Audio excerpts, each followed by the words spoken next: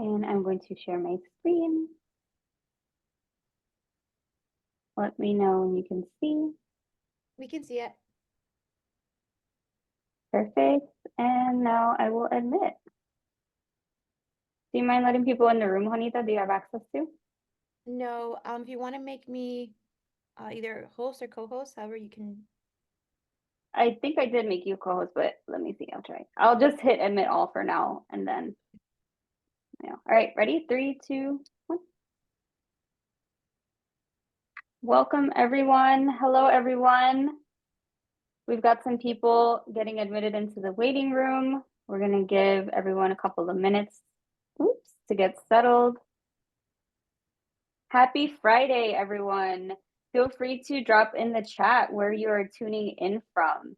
My name is Alex, and I'm tuning in from New York. It is actually very cold and snowy for the first week of spring, so I'm hoping for some warmer weather soon. Honestly, it's been a very chilly spring. All right, awesome. We got Miami, Texas, San Diego, California. Amazing. All right, there's still some people coming on in.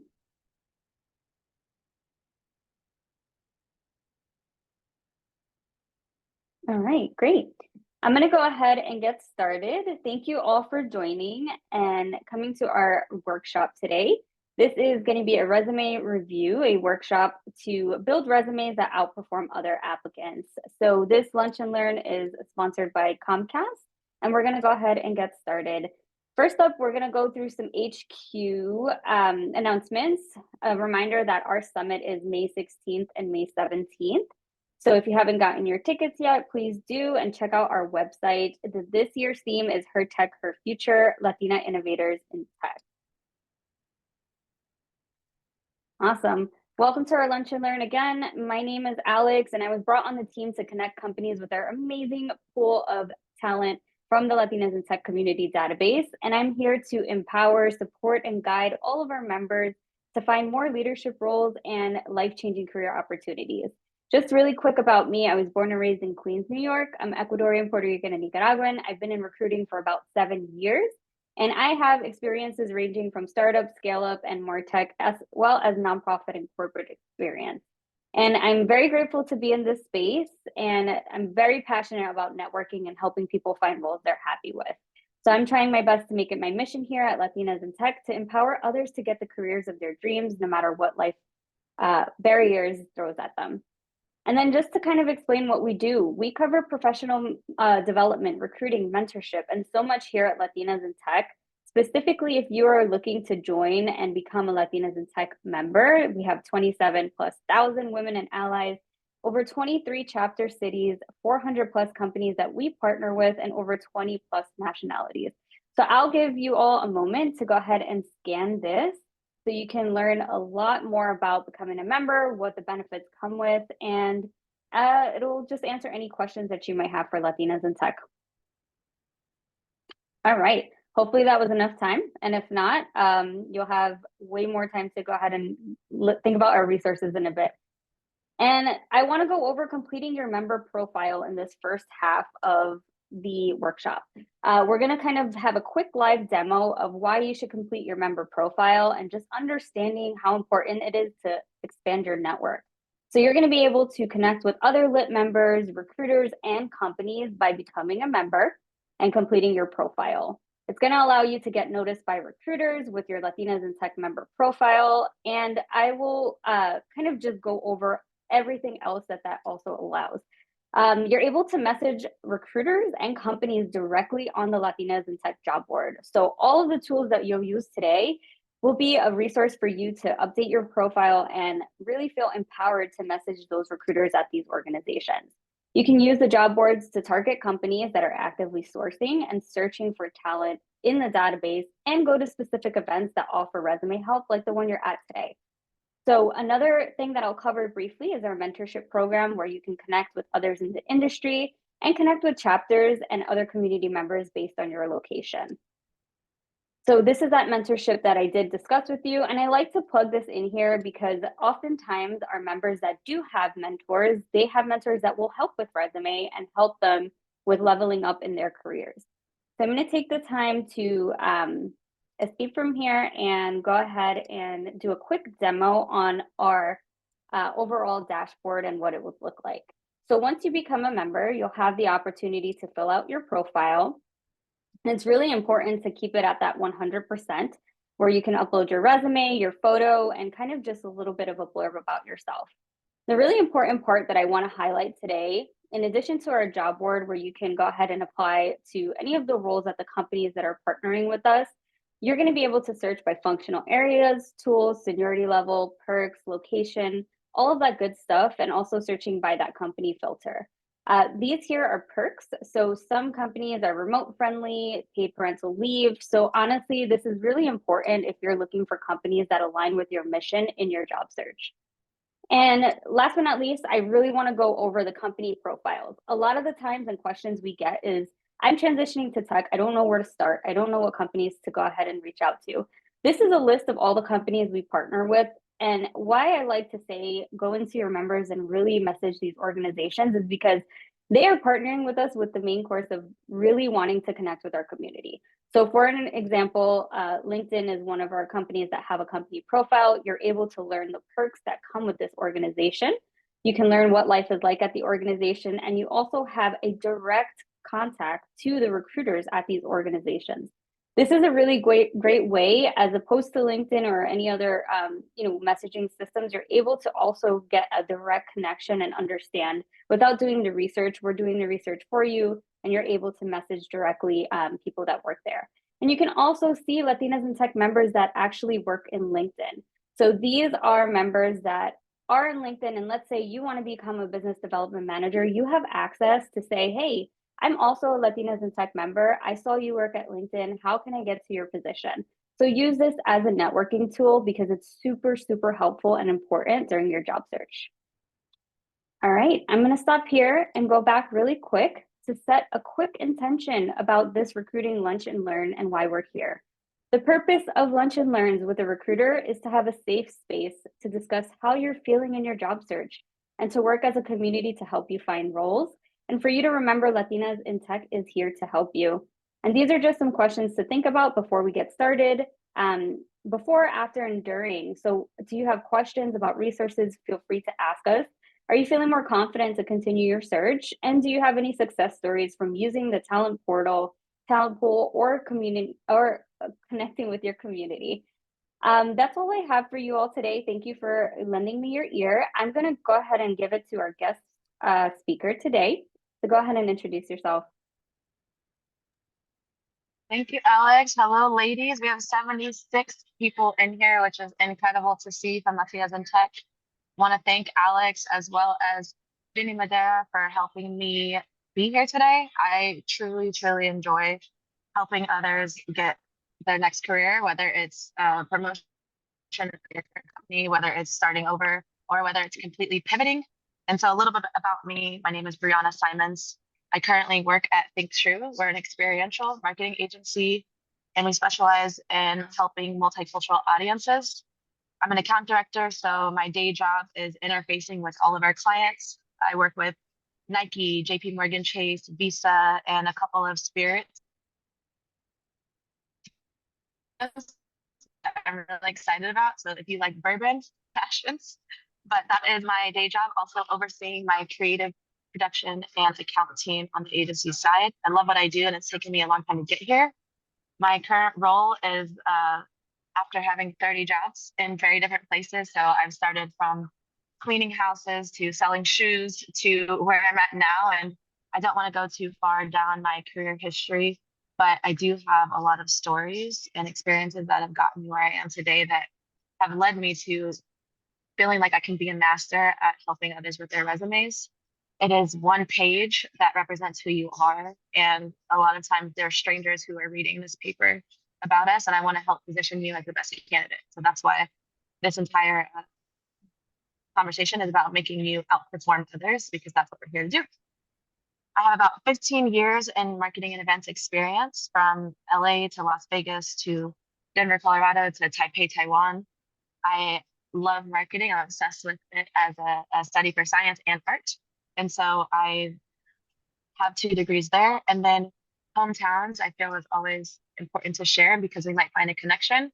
I'm a military brat from growing up. So I've grown up in Japan, Oklahoma, and Colorado. I want to shout out my mom for that incredible experience. She's actually on the call today. So she is a Latina who handled the US military back in the day, and she's retired. And I'm just so proud of her and thankful for her supporting me still to this day. I will not be able to look at the chat during this call. So if you have questions, please know that they will get addressed toward the end. But I do want you all to feel really, really comfortable. This is not me talking at you. That is not fun for me. I'm looking at Alex's face right now, but if there's any other faces I can look at, it will help encourage me and it will help me to see how you all are feeling about the content. Awesome. We can keep going. Really quick agenda highlight here. I like to go over 3 things. What are the facts about resumes today? How can I show you all what recruiters look at? It's called a 6-second scan. And number 3 is how you can perform better. So I'm going to give you tactical tips to make your resume better. But because we have a little bit more time than I typically do, I want to do some live resume workshops. So I'm going to drop my personal email in this chat. And I encourage each of you, if you're comfortable, to email me your resume in the next couple minutes, because what I can do is I can open it up and we can live edit someone's resume. This is a safe space. We're not here to criticize or judge. This is purely for someone to get active application on how to tweak their resumes. So what I would like you to do, if you're comfortable, is email me at briannasimons@gmail.com, a Word document that I can open, share, and edit. A Google link is also fine. Let me pause there to see if there's any questions on that ask. I think we're good. Oh, thanks, Alex.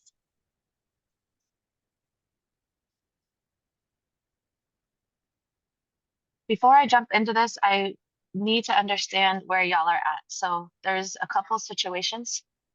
If you are looking within your current company for a new job, can you use the clapping emojis? If you do the reactions on the bottom panel of the Zoom, you can select the clap emoji. How many people are looking for a new job within their current company? Okay. And you're Right. going to use the thumbs up emoji if you are looking for a job at a new company, same industry. So maybe you're doing data technology and you want to just bump from an Amazon to a Google or something like that. Looks like we got a few thumbs up. Love that. A lot of applicable experience to apply there. Let's see hearts for those who are looking for jobs in a completely new industry. We've got some hearts in the chat. Oh, I see them. Cool. Okay. And then how about resume maintenance? Maybe you're not actively searching for a job in the next couple of weeks, but you know that you want to get yours updated for 6 months from now, or you're doing your annual updates. Okay. We got some party poppers. Cool. I see a mixed bag here, which is honestly incredible. So thank you all for letting me know where you're at, and I'm here to help. And just to pause, Brianna, it also looks like someone sent over your resume, so you can use that later. Yay, thank you so much. Of course. All right, so let's start with the resume facts, what we should all know. I organized this into 3 steps based on the 3 steps of how human resources teams review resumes. The very first step is never a human, it is AI. And since y'all in tech, I'm sure you're aware of this, but basically the job description informs what recruiters are looking for in a resume. So if I am applying for a nonprofit tech company, I'm going to want to make sure that I have certain keywords referencing tech, technology, nonprofit, maybe associated words like managing donors or different technical applicants to the projects I'm on. And so the sweet spot is to make sure that your keywords are referenced in that resume at least 80%. Otherwise, the applicant tracking system, or ATS, typically rejects resumes. That means if they're rejected because there's not enough keywords, they are never ever passed to a human.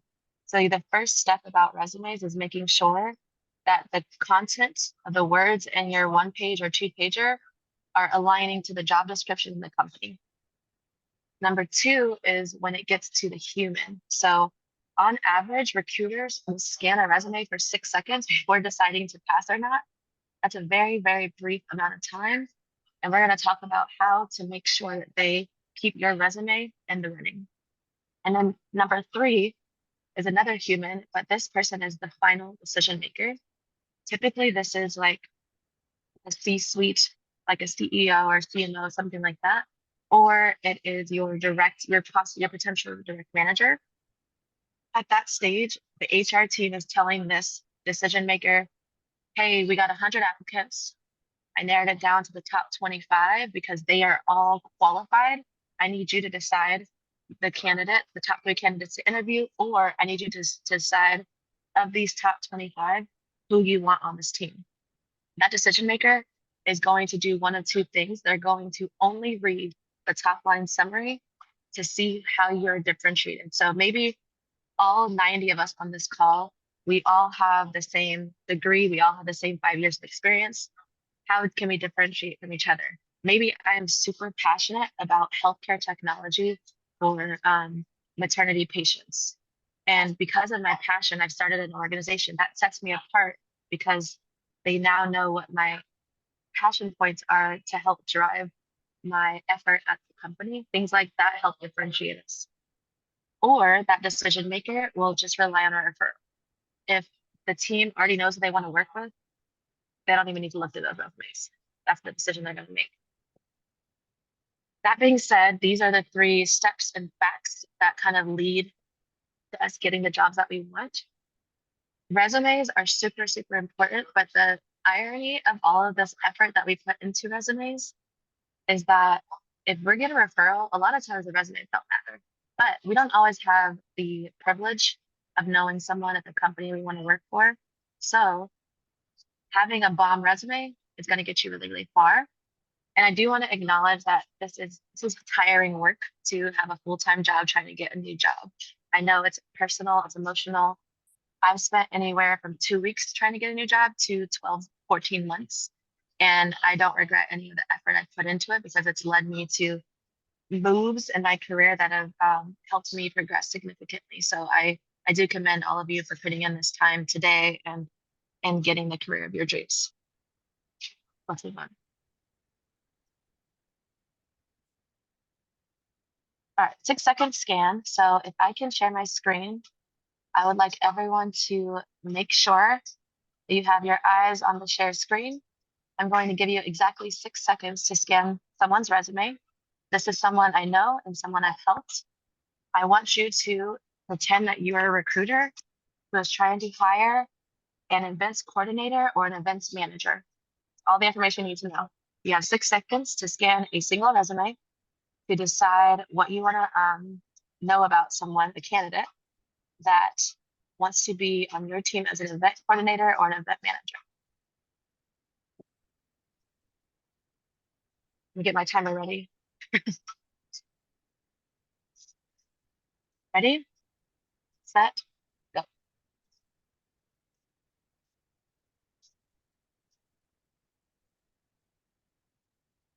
All right, that was your 6 seconds. And then I need some volunteers to tell me what stood out about that woman's resume.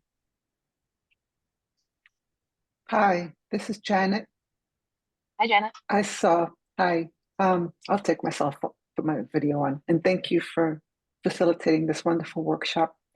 Recipe and food stood out for me, and her name. And maybe it's because I'm not skilled at looking at these. So this is such a great exercise because now we know, but I couldn't get past like the fonts, like they caught my eye in the top. So that's a great answer. We're going to get back to those comments. I'm writing these down. Can I get a couple more to share what they read? Lynette? Hello. three ones, Oh. entry level, organization, and florist. That was it. Will you start from the top? I missed the first word, Lynette. Entry level, organization, and her last name, Flores. Okay, I think Natalia, you were trying to share. Yes, that's okay.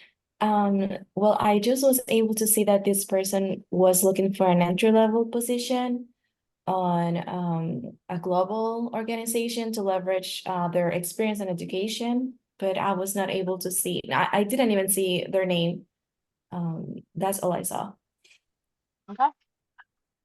Thank you for sharing everything you all found. I'm going to share my screen again. And we're going to sort of tear this apart.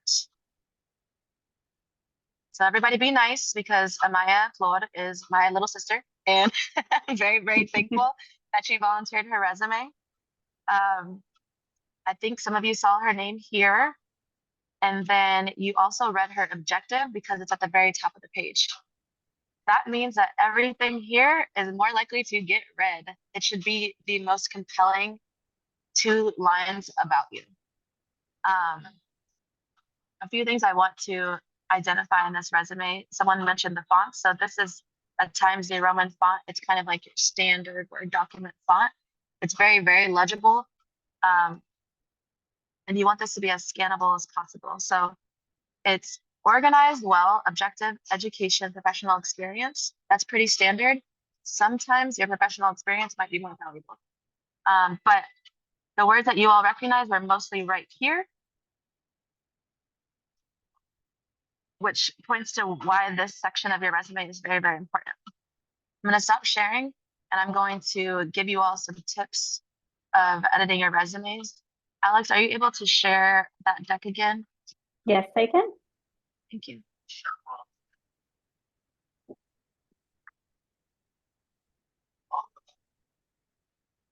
All right, should be all set. All right, let's go to the next slide.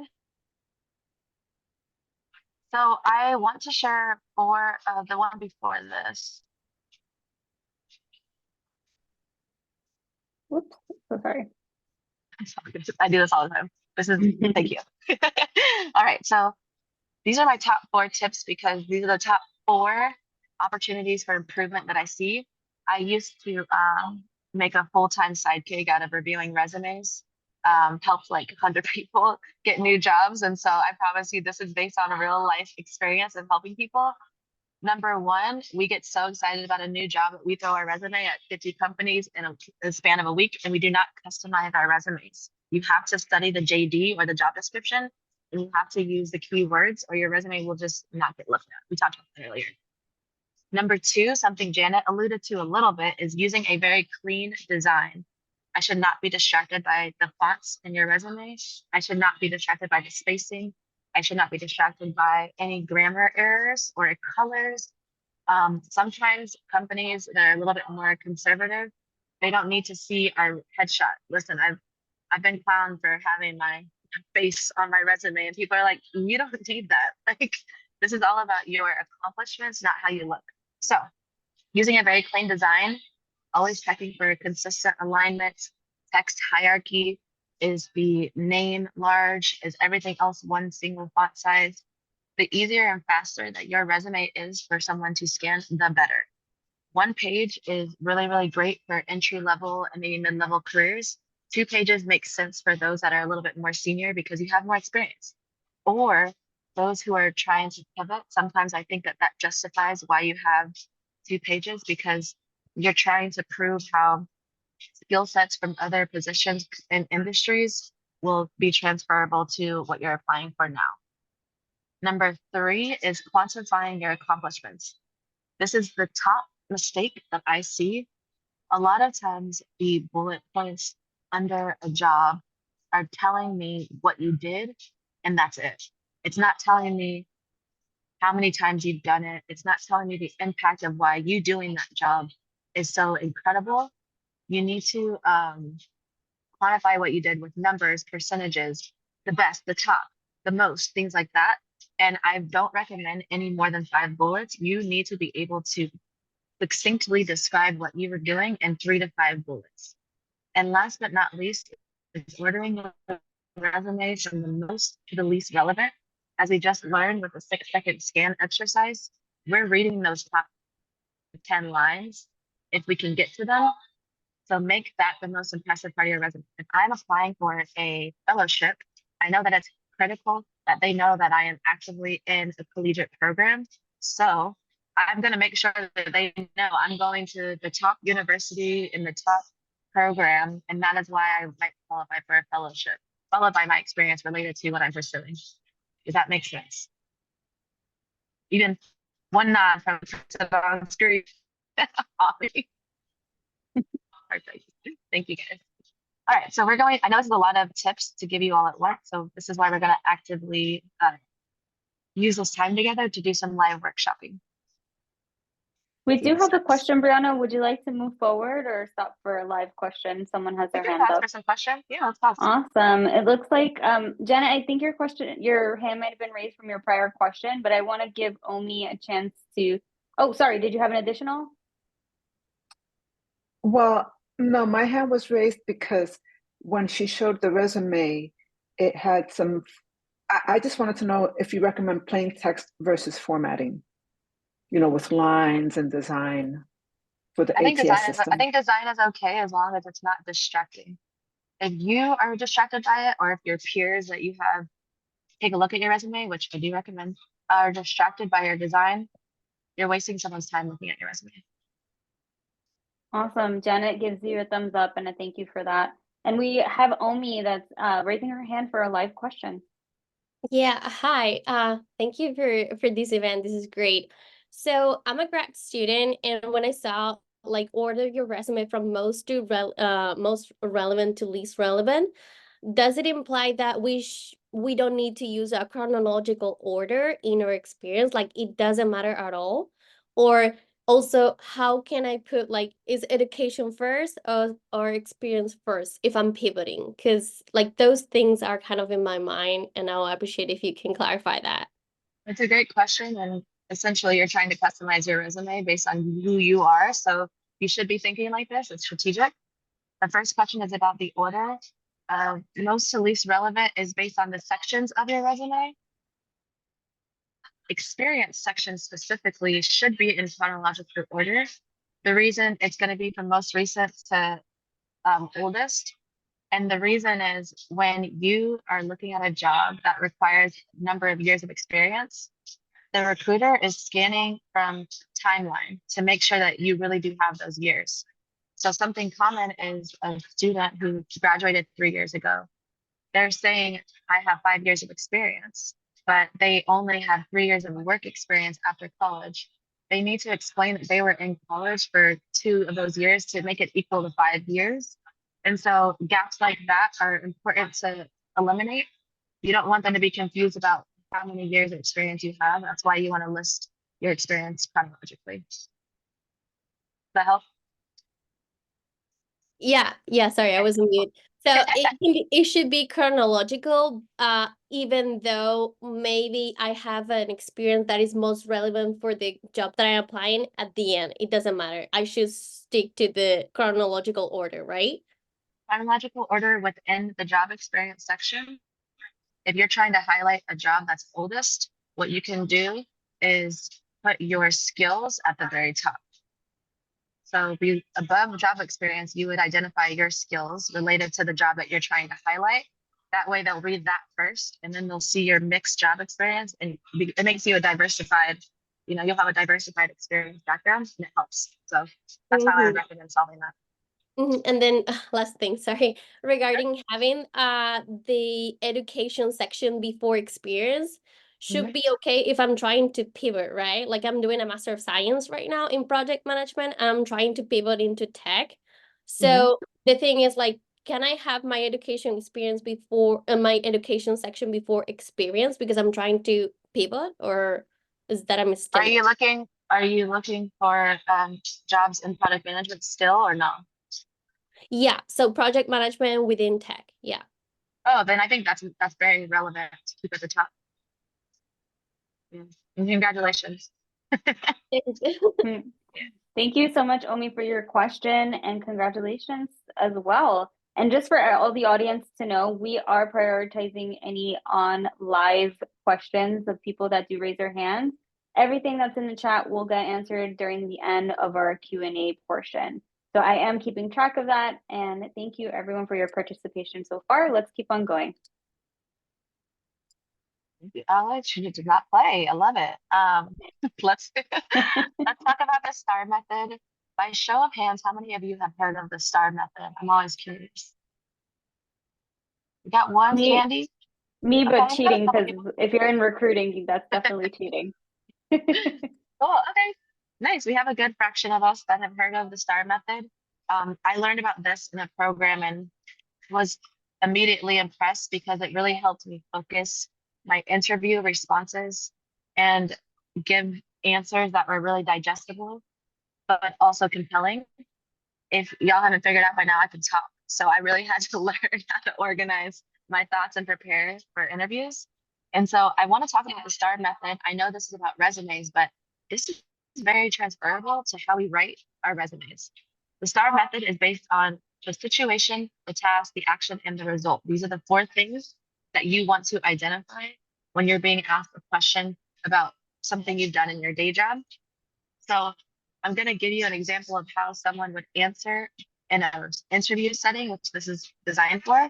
But then I'm going to show you on the right-hand side how you can condense that into a quantitative bullet point describing your job experience. The situation that they're describing is their website didn't have a lot of traffic. That's a problem if you care about marketing or you care about growing your business. The task that this person, excuse me, the task that this person did is they wanted to boost or increase traffic on the website by developing a new content strategy. They wanted to increase engagement. That is the task that they were assigned. The action that this person took to solve this problem is creating a comprehensive content calendar with content writers and generating more blog posts that were more compelling for their audience. That's the action. And last but not least is the result of all that effort. They drove up the website traffic by 70%, which is extremely impressive. And they got the sales up by 25% after only 3 months of that new project. Compelling, digestible, sounds great in an interview, and it probably generates follow-up questions, which keeps you in the room longer. If you're in an interview for longer than scheduled, that's a very, very good sign.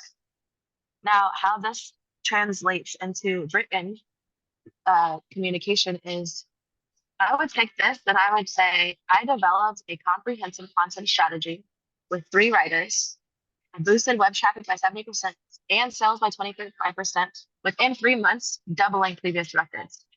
So I want to tear that apart a little bit. Comprehensive content strategy is very much a key word for a job like this. Web traffic is a keyword for a job like this. Sales is a keyword for a job like this. And then your eye is going to naturally scan to 3 writers, 70% and 25% in 3 months. When we read and scan, we typically pause whenever we see extreme punctuation or whenever we see numbers.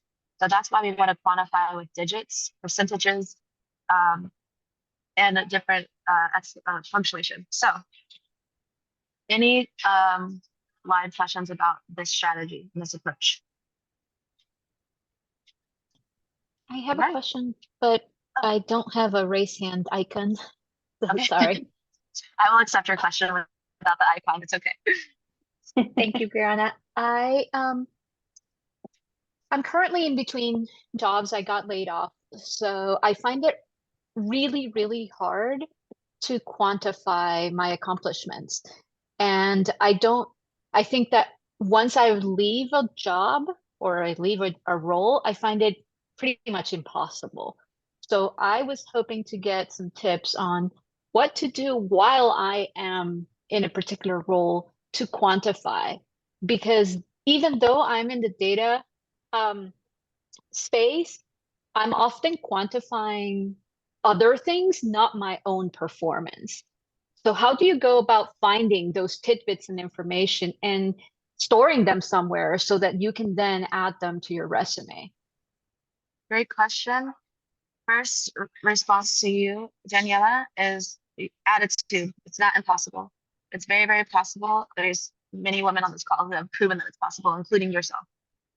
Second part of my response for you is you can quantify what you're doing at your job by studying yourself. That's why this is such a weird and personal thing, is because you have to study who you are and what you've done.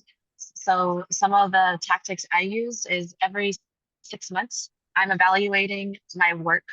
I am a very organized person. So I have a folder for every project I've ever worked on. I'll go into those folders and kind of scan through all the emails for the last 6 months and identify, oh wow, like we won an award for this project, or oh wow, I went from having 1 client contact to growing it to 7. That is something that I quantify, I count, and I see. In terms of how you want to measure your success, even in the last this recent period of you being unemployed, you can also quantify all the effort you're doing. Right now, you're you're investing time to improve in professional development. So I would even consider, how many events have you attended to work on yourself professionally? That is another way to quantify all of your effort. Does that help? Yeah, a little bit. Thank you. Thank you so much, Brionna. It looks like we also have some sentiments in the chat. Emphasis on studying yourself.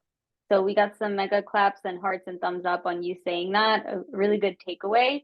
Also, we have a suggestion from an audience to look at other people's LinkedIns who have had similar roles. So this is great and amazing. Thank you so much. Thank you. Thank you all. All right, I've got one more tip to share before we jump into the workshop. Storytelling, studying yourself, and then being able to tell the story. This is essentially branding 101. There's certain adjectives that you can use to sell this narrative that you're the best candidate and that you will outperform others when it comes to comparing you to someone else who's applying for the same position. I just listed a few here, but you can do a quick Google search to identify some other ways.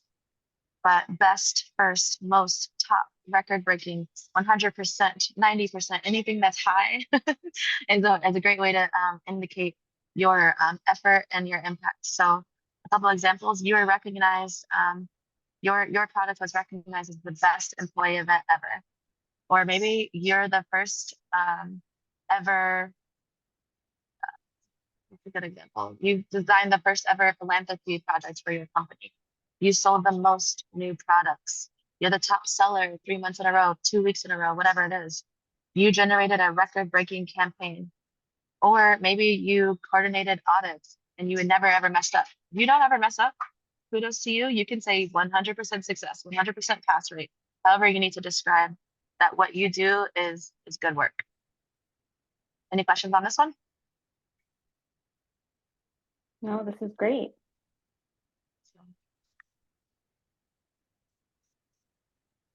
All right. I'm so excited about this piece. I'm going to use my adorable little sister's resume. Yeah. Sorry, I think sorry, Alex, for jumping in. No worries. I previously saw on the chat how do you quantify these metrics, or where do you go and get the metrics? You know, I think when you and I first connected at the beginning, that was something that I struggled with. And I didn't know I have access to this data until I had my connection with you. So, and I saw that type of question in the chat. So like, if I was like, where do I get these metrics from? Or how do I put these metrics together for the resume? If you can touch on that, that'd be great. No, thank you for asking. This is gonna vary from team to team. For me, I had access to all of our reports because I had a, they have like a license or a seat to some of the technology platforms that we use at work. So I was able to pull reports and find metrics. So one of my first jobs was working on like a sales team for a hotel. And because I had access to our tech platform of all of our clients and all of our projects, I could go and pull reports, and that's how I saw all this data. So that was my way. Sometimes we don't have that type of access. So we do have to ask. We can ask people that we trust. We can ask our managers. And if you need some help like crafting, you just need to indicate that you're very, very interested in the success of the company and how you can help contribute to that success. That shouldn't be a red flag to any company of why you're interested. Another way is to attend company-wide meetings. So sometimes companies will do like, what do they call, like quarterly sit downs with, a CEO, and they'll share data. You better take notes, because whatever you do in your day job matters. You contributed to the company's Q1 success of profit or whatever because of what you do in your day job. So definitely quantify that.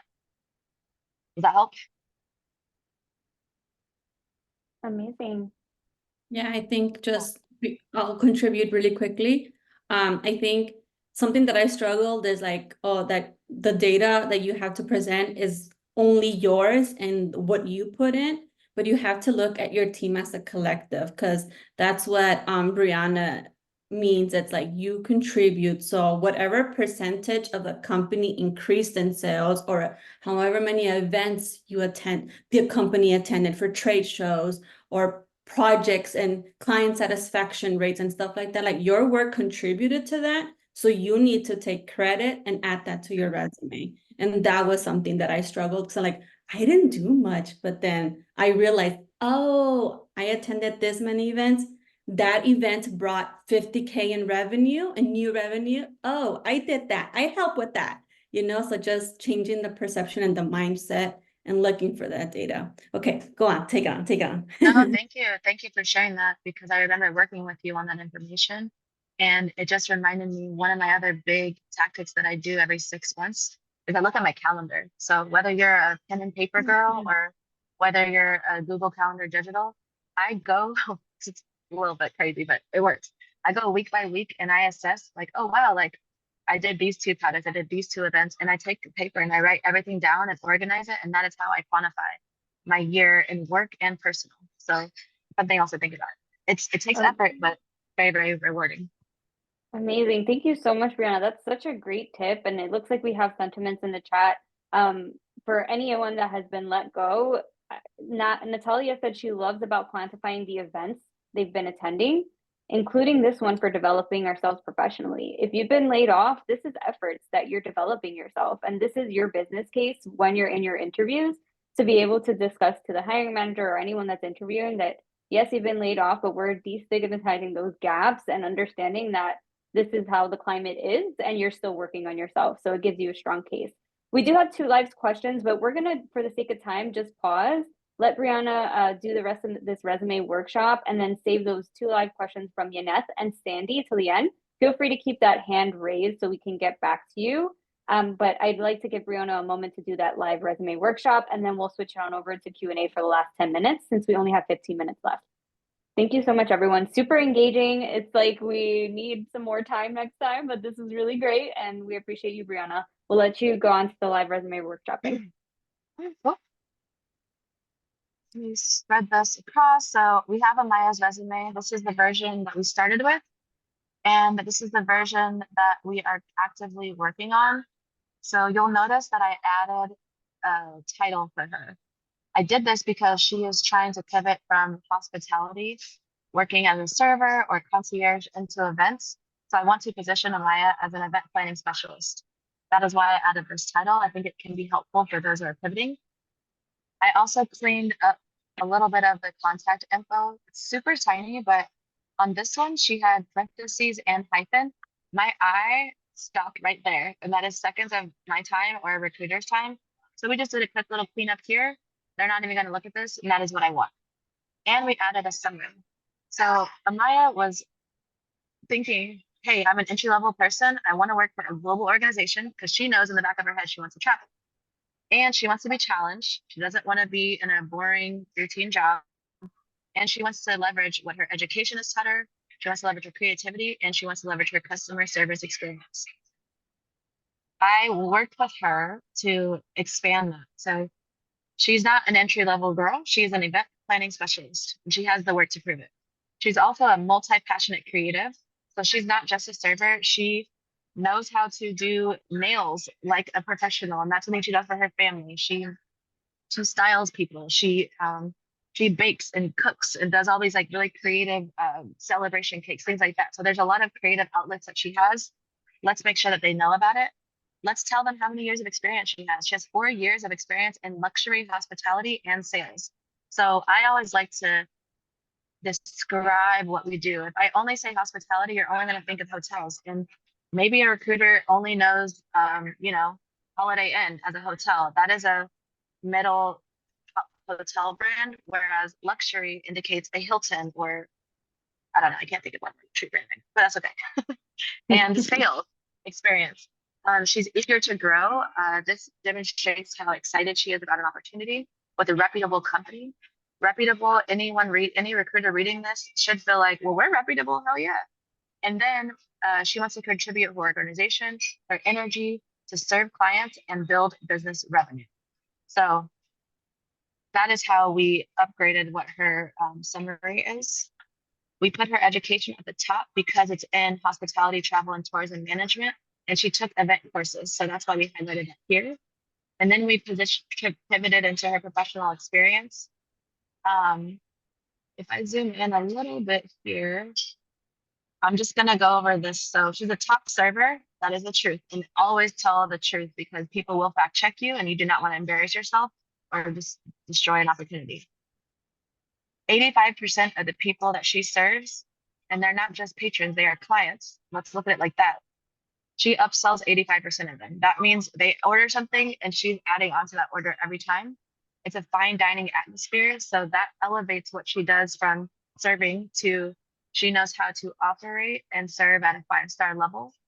And she's generating reviews constantly. So that's making the company look good. That's showing her impact on the reputation of the restaurant. And it also describes how many people she manages a night. So if I see that she can handle up to 50 tables a night, I'm going to know that she can multitask and she can keep her composure. Number 2, she's selected to service all VIP clients. So that means she is trusted by management to not only handle general, but also VIPs and private dinner parties because of how exceptional her performance is.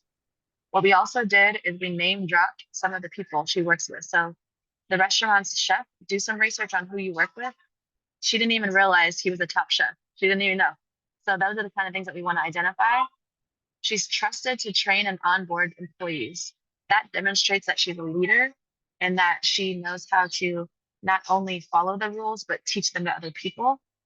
None of the people that she has trained have quit. And if any of you have worked in dining or food and beverage or restaurants, there's a high turnover in that industry. And this is we just had to talk casually and find out, oh my God, none of the people that you have trained have quit. That speaks a lot to how you onboard and welcome people into the company culture. And then the very last bullet point is here because it's the least relevant. We're just gonna highlight some key words of what she knows. She knows the POS or point of sale system, which is a tech system. She knows BEOs, which is an industry term for banquet event orders. She completes her daily sales profit reports with 100% accuracy. So that is how we transformed this, which looks like a job description. This tells me she knows about the menu, she trains people, she manages orders, she serves, and she compiles daily profits. We completely jumped from what she does to how she killed it, for lack of better words. So this is how I try to help people improve their resumes. And then at the bottom here, because she's, she's entry level, we added some hobbies here just to generate some interest in the interview stage. These are just fun things that will help drive some questions and immediate bonding opportunities for her with potential new managers. Now, I do want to call out, this is a work in progress. What we do not have is skills. So what we want to add is a skills section to say she's an event planner, or she's customer facing, or she knows, the top 10 sales and administrative tools. That is Amaya's resume. Now, I did invite a few of you to, or everybody, to send me their resumes. So if it's cool with y'all, I'm just gonna pick one. Oh wow, y'all Awesome. really sent your resumes. There's a Thank lot you in so here. much. I love it. Thank you so much, Brionna, for actually opening that up. I just want to request to make sure that there's no address or personal information on there, just really quick, when you do share. I'm scanning it right now. Awesome. There's no address. There is a phone number and email, so I'm just gonna have to call this person out. I have Laura Marquez. Are you comfortable with me sharing? You sure? Okay. Laura, are you on the call? Yeah. Oh, she said yes. She said yes. She Okay. doesn't have a mic. She's comfortable with you sharing. And just a quick All time right. check, Brionna, we have about 8 minutes. I definitely would like to Okay. save about 3 to 4 minutes at the end for answering some questions that we have. I love it. Thank you, Alex. Of course. All right. So we have a description of what they are and probably the job they're going for. So congrats on this. You're a materials engineer. And we have your standard contact info here. This should not distract me. It is a formal requirement in resumes. So I immediately understand where you live, your phone number, your email. Having your name and last name in your email is the best because it's not distracting and it's very easy to remember and keep going. I do want to call something out here. You see how when I hover, I can click on it. You always want to hyperlink your LinkedIn so that I can immediately find you. Don't make it hard for me. I shouldn't have to go to linkedin.com and search your name. Make it quick and easy for people that are trying to help you out. Then I'm going to look at her top line resume. This space right here is catching my eye. And that's because I come from a marketing and editing background. But again, just trying to eliminate any small things that are going to distract them from the good juicy stuff. So Laura is a dedicated materials engineer with a proactive mindset. She's eager to take on new challenges, driven by a continuous desire to learn, applying knowledge, develop solutions, and continuous improvement in dynamic work environment, keen interest in innovation to dev, sustainability of industries, and processing experience in managing systems and non-destructive testing in DT sectors. So this gives me a lot of keywords about what she knows. It does not succinctly tell me how many years of experience there are here. I have to do the work myself, it looks like. I would have to see, okay, she's been at some company for the last 2 years. I would have to calculate in my head the freelance experience combined with the academic experience. So I don't want to do that much work as a recruiter. I also want to know maybe like your top 2 to 3 things that you're an expert in or passionate about. Then we have skills listed here. This is a little difficult to read because we're transitioning from going across the full page to going to 3 columns. So that's something to watch out for. I also see an alignment shift here that's distracting my eyes. So let's just be sure that we have a really clean design. I also want to encourage you all to think of soft skills and hard skills. Soft skills like being eager, having strong communication and teamwork, those are standard expectations for some of the positions that we apply for. But hard skills like someone that knows NDT tools and softwares, that is impressive. And that's something that you might want to call out on your skills. Knowing softwares like Microsoft Office, one of my tips here, if your job requires you and they're really, you believe that you need to list this on your resume, don't forget to list all the other similar tools, because if you know how to do Microsoft Word, it means you know how to do Google Drive documents. And that means you know how to do Apple's or whatever it's called. So languages, you are bilingual. So if you're bilingual, which many people on this call, you need to indicate that right here. That sets you apart from other candidates, is that you can speak 2 languages in your job. And with the globalism happening, there's a higher and higher need for people that have multiple languages. So I'm going to pause there. I think that kind of showcases how I can break down a resume and help improve it. We talked a lot about how to describe your work experience with the Mayas, so I don't want to spend too much time there. But yeah, I didn't know we'd get this so far and only be able to do one. So I'm sorry Thank to you. others who, yeah, thank you so Thank much, you Alex. so And to much. Yes, anyone. and I did go ahead and let the chat know. This was for live workshop purposes at this time, just to obtain a volunteer. So thank you all of the brave people that went ahead and sent that over. And thank you, Laura, for allowing us to use your resume for demonstration purposes. It sounds like I'm out of breath and I'm talking fast. It's because we covered so much and there's only 4 minutes. And I want to make sure I get as many sentiments as I can. You had a lot of love bombs in the chat, Brionna. I'm just going to start from the beginning. This is great advice. I had such a hard time keeping my career into one page. I've been a project manager for 7 years. It's hard to do.